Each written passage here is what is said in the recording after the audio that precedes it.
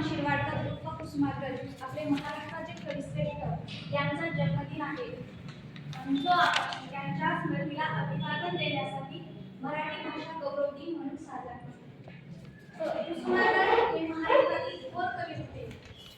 त्यांचं जे काही लिखाण होतं, त्यांचं जे साहित्य होतं ते मराठी भाषेसाठी भूषण होतं। त्यांनी सांस्कृतिक वारसा जो मराठी भाषेला दिला आहे, त्यामुळे त्यांचा गौरव करण्यासाठी त्यांनी मराठी भाषेसाठी जे योगदान दिलेलं आहे, मराठी भाषेला ज्ञान भाषा म्हणून गौरव मिळावा म्हणून त्यांनी जे अथक परिश्रम केला आहे, त्यांच्या परिश्रमाला सार्थक करण्यासाठी महाराष्ट्र शासनाने 21 जानेवारी 2013 पासून मराठी भाषा गौरव दिन म्हणून कुसुमाग्रजांचा जन्मदिन साजरा करण्याचा निर्णय घेतलेला आहे। आणि आता या थोर कुसुमाग्रजांनी आपल्या मराठी भाषेचा सांस्कृतिक वारसा खूप समृद्ध, नाटके, त्यानंतर अनेक कथासंग्रह आपल्याला सांस्कृतिक वारसा दिलेला आहे।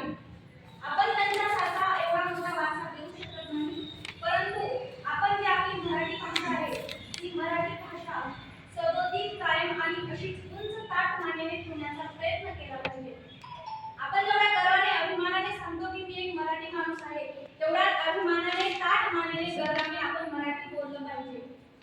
असा प्रत्येकाने आजच्या या दिनी प्रत्येकाने स्वतः आपल्या मनाला असं ठणकावून सांगून एक शपथ घेतली पाहिजे की मी माझी मराठी भाषा ताठ मानेने बोलेन।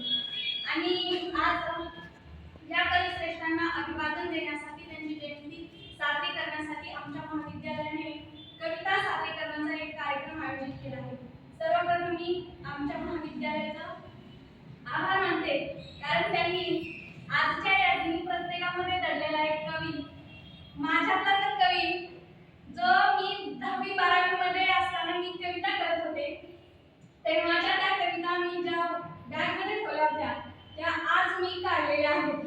आणि खरंच कॉलेजचा आभार आहे सर मॅडम की तुमच्यामुळे माझ्या जुन्या वह्या आणि जुन्या आठवणी आज मी परत दाखवणार आहे।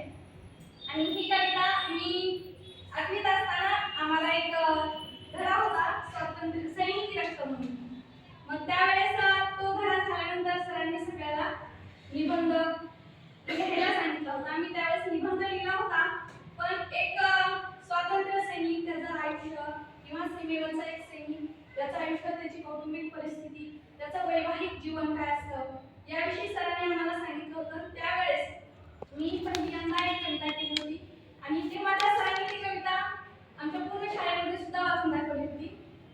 आज मी तीच कविता तुमच्या समोर सादर करणार आहे।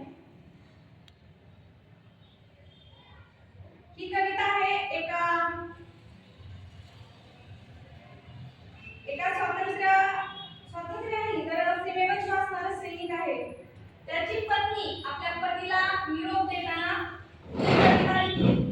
त्या भावनेतून कविता लिहिलेली आहे।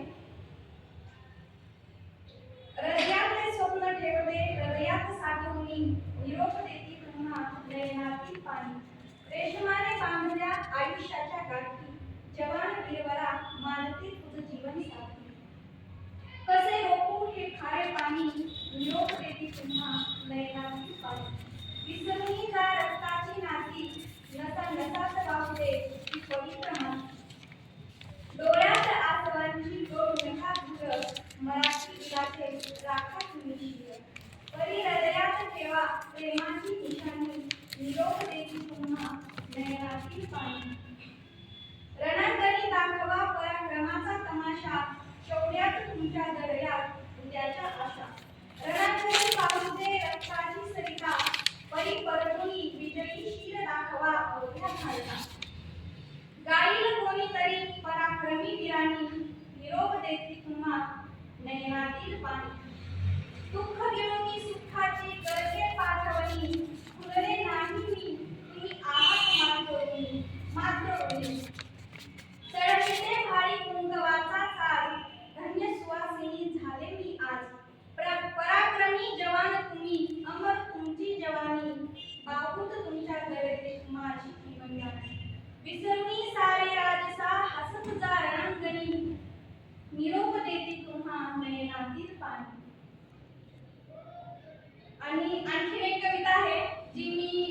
मध्ये लिहिली होती, ती पण मी आज सादर करणार आहे.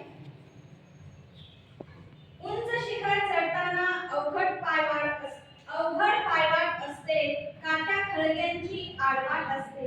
ढळला जरी तो तरी पुन्हा सावरणार आहे, उठला जरी काटा तरी पुन्हा चालणार आहे. कारण मला माहितीये यशाच्या शिखरावर मी पोहोचणार आहे. कितीही संकटे आली तरी धैर्याने सामोरी जाईल. फाटले जरी आभाळ तरी त्यावर पाय रोवून पुन्हा उभा राहील. कारण मला माहितीये संकटाने माणसे दुर्बल होतात, पण हीच संकट माणसाला जगण्याचं बळ देतात. आयुष्यात मला खूप लढावं लागलं, छोट्या छोट्या सुखासाठी झगडावं लागलं, खेळण्या बागडण्याच्या वयात काम करावं लागलं, पण समाधानाच्या एका क्षणानं सारं ओझं वाहून निघलं. कारण मला माहितीये समाधान खूप मोठं असतं, ते कुठं पैशात विकत मिळत नसतं, ते फक्त आपण शोधायचं असतं. प्रेमळ नजरेने पाहिलं तर कष्टातही दिसतं. 100दा जरी हारले तरी खचणार नाही, लोक हसतील म्हणून लाजणार नाही. आई वडिलांनी आमच्यासाठी खूप काही केलं, स्वतः मातीत खपून आमचं सोनं केलं. कितीही परतफेड केली तरी यांचा उपकार फिटणार नाही. यांच्या पायाची शपथ मी यांना कधीही विसरणार नाही. कारण मला माहितीये माझ्या यशात माझ्या आई वडिलांचा सिंहाचा वाटा आहे, ज्यांच्यामुळे मला हे आयुष्य मिळालं आहे. माझ्या माणसांसाठी मला जगायचं आहे, काहीतरी बनवून दाखवायचं आहे. अपयशानं माझी पाठ नाही सोडली तरी मीही त्याची पाठ सोडणार नाही. दोघांच्या लढाईत तोच माघार घेणार. कारण मला माहितीये शेवटी का होईना विजयी मीच होणार. मी ठरवलंय आयुष्यात काहीतरी बनायचं, अभिमानानं आयुष्य जगायचं, गरिबांसाठी काहीतरी करायचं, अनाथांना मायेची सावली आणि भुकेलेल्यांना अन्न द्यायचं. खूप काही करायचं आहे, पण सध्या समोर कुठलाच मार्ग नाही. असं वाटतं मी घनदाट अरण्यात उभा आहे, पण मला माहितीये मी चालायला लागेल की मार्ग नक्की सापडेल. प्रत्येक कहाणीचा द एंड ठरलेला असतो. सुरुवात वेगळी असली तरी शेवट सारखाच असतो. कितीही विलन आले तरी शेवटी हिरोच जिंकतो. काहीही झालं तरी जिंकणार मीच आहे. कारण मला माहितीये माझ्या कहाणीचा हिरो मीच आहे.